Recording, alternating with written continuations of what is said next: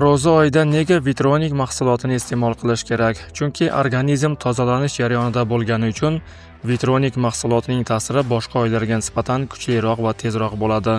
U quyidagi muammolarni samarali davolashga yordam beradi.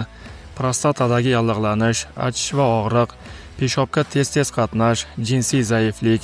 Bizning nomimizdan qo'ng'iroq qiling va 30% chegirmaga ega bo'ling. Mahsulotni yetkazib berish O'zbekiston bo'ylab mutlaqo bepul. Assalomu alaykum, Reformuz kanalining obunachilari va internet foydalanuvchilari. Biz boshladik. Eron o'zining eng so'nggi gipertovushli ballistik raketasi yordamida Isroil havo mudofaa tizimini yengib o'tib, Hayfa portidagi neftni qayta ishlash zavodiga zarba berdi. Yashavor. Eron shu hafta boshida Iordaniyada AQSh tomonidan joylashtirilgan ANTPY-2 ko'chma radarini yo'q qilgani fotosuratlar orqali tasdiqlandi. Bu radar THAAD raketaga qarshi mudofaa tizimining asosiy sensori hisoblanadi. Uning ishdan chiqarilishi Isroil tomon yo'nalgan Eron raketalarini aniqlashni qiyinlashtirib, erta ogohlantirish tizimlarining vaqti qisqarishiga olib kelmoqda. Erta ogohlantirish vaqtining qisqarishi ayniqsa ko'p sonli raketa uchirish holatlarida Isroil uchun xavfni yanada oshiradi. Eronning Islom inqilobi qo'riqchilari korpusi Birlashgan Arab Amirligidagi Al-Dafra Amerika aviabazasiga dronlar va raketalar yordamida zarba berdi. To'g'ridan-to'g'ri zarbalar natijasida eng zamonaviy erta ogohlantirish radari, MQ-9 dronlariga xizmat ko'rsatish angarlari va razvedka samolyoti U-2 yo'q qilindi. Rossiya Eronga AQSh harbiy kuchlarining joylashuvi va harakati haqida razvedka ma'lumotlari bermoqda. CNN. Qayd etilishicha, Tehronga berilgan ma'lumotlarning katta qismi Rossiyaning sun'iy yo'ldoshlari orqali olingan tasvirlardan iborat. Ularda Yaqin Sharqdagi AQSh qo'shinlari, kemalari va harbiy samolyotlarining joylashuvi aks etgan.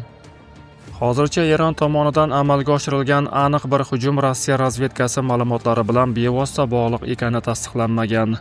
Biroq so'nggi kunlarda Tehron dronlari Pentagon harbiylari joylashgan bir nechta hududlarga zarba bergan. Masalan, Kuvaytdagi harbiy obyektga qilingan dron hujumida 6 nafar amerikalik askar halok bo'lgan. Juda soz. Ayrim razvedka manbalari bu holat Rossiya va Eron o'rtasidagi yaqin hamkorlik davom etayotganini ko'rsatishini ta'kidlamoqda. Shu bilan birga AQSh razvedkasi Xitoy ham Eronga moliyaviy yordam, ehtiyot qismlar va raketa komponentlari berish imkoniyatini ko'rib chiqayotgani haqida ma'lumotlarga ega. Biroq Pekin hozircha urushga to'g'ridan-to'g'ri aralashmagan. Eronga qarshi urush yana bir necha hafta davom etishi mumkin. AQSh davlat kotibi Marko Rubio Arab davlatlari tashqi ishlar vazirlari bilan telefon orqali muloqotda Washingtonning Eronga qarshi harbiy operatsiyasi yana bir necha hafta davom etishi mumkinligini bildirgan.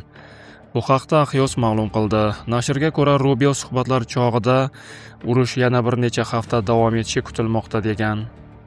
Manbalarning aytishicha, hozirda AQSh harbiylarining asosiy e'tibori Eronning raketa uchirish moslamalari, qurol zaxiralari va harbiy zavodlariga qaratilgan. Rubio ta'kidlashicha, AQShning asosiy maqsadi Eronda rejimni o'zgartirish emas. Biroq Washington mamlakatda boshqacha rahbariyatni ko'rishni istashini ham qayd etgan. Shuningdek, hozircha AQSh va Eron o'rtasida muzokaralar olib borilmayapti, chunki muloqotlar mavjud harbiy maqsadlarga erishishga salbiy ta'sir ko'rsatishi mumkin. Kreml ideologi Aleksandr Dugin Erondagi rejim ag'darilgandan so'ng Rossiya ham shunga duch kelishi mumkinligini eslatdi. U Putinni keyingi nishon sifatida ko'rmoqda va Kreml tezda militarizatsiya va kadrlar almashinishiga kirishishi kerakligini aytib, Ukrainaga qarshi urushni Katexon qilichi deb nomlashni taklif qildi. Shu bilan birga Dugin Rossiya g'arb tomonidan bo'ladigan Putinga nisbatan shunday harakatlarga tayyor bo'lishi kerakligini aytmoqda. Eron tashqi ishlar vazirligi ma'lum qiladi. Tehron hujumlar to'xtamaguncha yoki BMT xavfsizlik kengashi tajovuzkor tomonlarni aniqlab, o'z vazifasini bajarmaguncha javob harakatlarini davom ettiradi. Ma'lumotlarga ko'ra, Bahrayndan olingan videoda AQShning HIMARS raketa tizimi Eron tomon taktik raketalarini uchirayotgani ko'rinadi. Aytilishicha, bu yangi PRSM raketalari bo'lishi mumkin. Videoda bitta HIMARS uskunasida 2 marta uchirish amalga oshirilgani ko'rinadi. PRSM AQSh armiyasining yangi yuqori aniqlikdagi taktik raketasi bo'lib, u HIMARS va MLRS tizimlaridan uchiriladi va 500 kilometrdan ortiq masofadagi nishonlarni ura oladi. AQSh bu raketani Eronga qarshi amaliyotlarda ilk bor jang sharoitida qo'llagani ham xabar qilingan. AQShning zaif tomonlari, Eronning Amazonga zarbalari. Yaqin Sharqdagi Amazonning eng yirik ma'lumotlarni qayta ishlash markazi Bahraynda Eron droni hujumiga uchradi. Undan oldin shunday markaz Birlashgan Arab Amirligida ham hujumga uchragan. Amirliklardagi markaz zarbadan keyin ishdan chiqqan. Bu holat AQShning texnologik qudrati ramzlaridan biri hisoblangan bulutli infratuzilmalarning zaifligini ko'rsatadi, deb yozadi Financial Times. AQSh Yaqin Sharqqa Merops dronlarga qarshi tizimini yubormoqda. Bu tizim avval Ukrainada qo'llanilgan bo'lib, u yerda 1000 dan ortiq Shahed dronlarini yo'q qilishda ishlatilgan.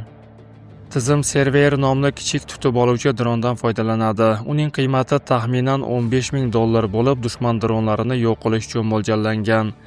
Bu usul Patriot kabi qimmatbaho raketa tizimlariga qaraganda ancha arzon va iqtisodiy samarali himoya vositasi hisoblanadi. Video ostida o'z fikringizni qoldiring, haqorat qilmang. Reforma o'z voqealar rivojini yoritishda davom etadi. Video yoqqan bo'lsa, like bosishni unutmang. Kanalimizga obuna bo'lib, bizni kuzatishda davom eting. Salomat bo'ling.